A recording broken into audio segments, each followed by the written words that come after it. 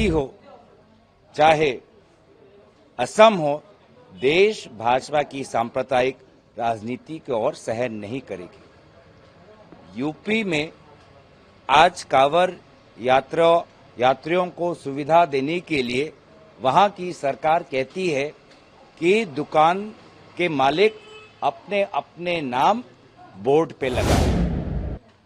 ये किस प्रकार का समाज तैयार करना चाहते हैं?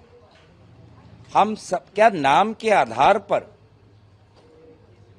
हम निर्णय लेंगे?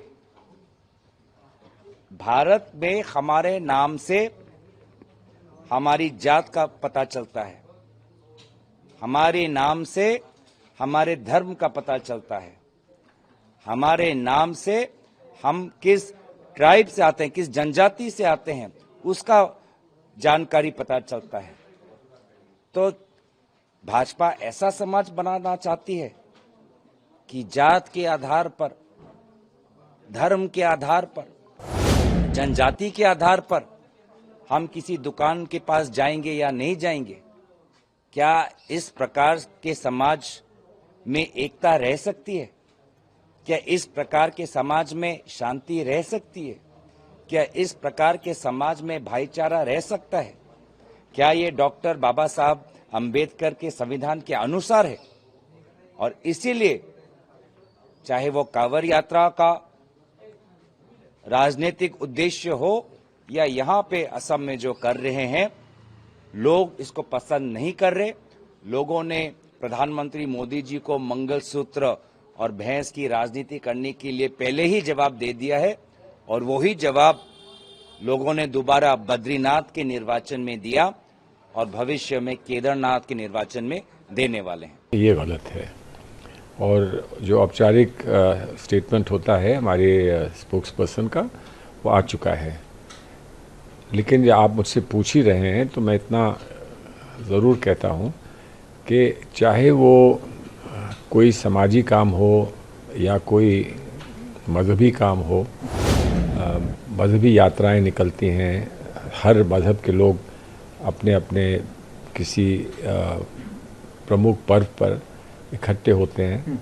तो हमारी जो सभ्यता है, हमारे देश की जो सभ्यता है, वो यही रही है कि हम लोग बढ़ चढ़ के एक दूसरे के ऐसे मौके पर एक दूसरे की मदद करें, उनके साथ हिस्सा लें और उनके साथ पूरा सहयोग दें।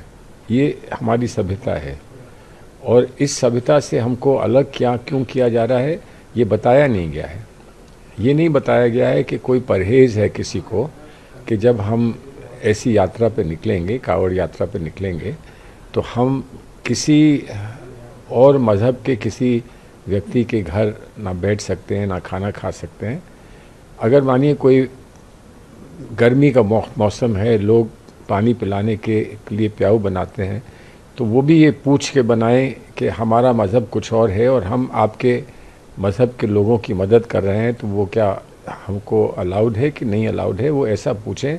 तो हम भारत की सभ्यता को ठेस पहुंचा रहे हैं, बहुत बड़ी ठेस पहुंचा रहे हैं। तब भी मैं ये कहता हूं कि अगर इसकी ज़रूरत समझी गई तो बताएं कि उसकी ज़रूरत क्यों समझी गई, ये बताएं तो कम से कम, और ये कहें कि कुछ काम ऐसे हैं जिसमें हम आप लोगों की शिरकत नहीं चाहते हैं। देखिए, राज्य सरकार का मामला है। राज्य सरकार कोई भी निकालता है विज्ञप्ति या कानून बनाता है तात्कालिक किसी चीज को, तो सभी को मानना चाहिए। अब ये समीक्षा का विषय होगा। अगर समीक्षा होगी तो राज्य सरकार जैसा उचित समझेगा वैसा करेगा। कपिल सिब्बल आरोप लगा रहे हैं कि आप लोग देश को तोड़ रहे हैं, बांट रहे हैं, इस तरह के ऑर्डर लाते हैं।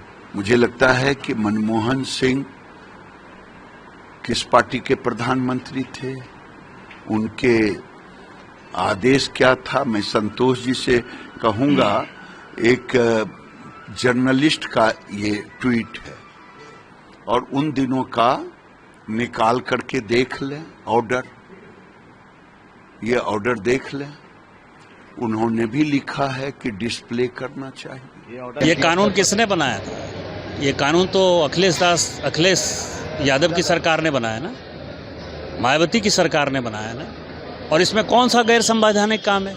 कहा गया है कि सबको लगाना पड़ेगा, हिंदू को भी लगाना पड़ेगा, मुसलमान को भी लगाना पड़ेगा, सिख को भी लगाना पड़ेगा, ईसाई को। क्या कहा गया कि हिंदू को नहीं लगाना है? ये जो राजनीति है, राइट ऑफ इक्वलिटी की यदि आप बात करते हैं संविधान में, आर्टिकल 14 की बात करते हैं, आर्टिकल 19 की बात करते हैं, आर्टिकल 21 की बात करते हैं, तो क्या कहता है कि इस देश में सबको बराबर का अधिकार है, समान अधिकार है। यदि ये बोर्ड लगाना है तो हिंदुओं को भी बोर्ड लगाना है, मुसलमान जिनकी जहां इच्छा होगी। ये तो नहीं कहा जा रहा है कि आप मुसलमान के यहाँ नहीं जाओ, ये तो नहीं कहा जा रहा है कि आप जो है ईसाई के यहाँ नहीं जाओ। कहा जा रहा है कि ये दुकान के मालिक ये हैं। इसमें कौन सा गलत बात है? इस पर राजनीति भी हो रही है। तो राजनीति करने वाले राजनीति करते रहे। भारतीय जनता पार्टी तो कानून का सम्मान करती है। जो कानून बनाया है अखिलेश यादव और मायावती ने, हम उसी को लागू कर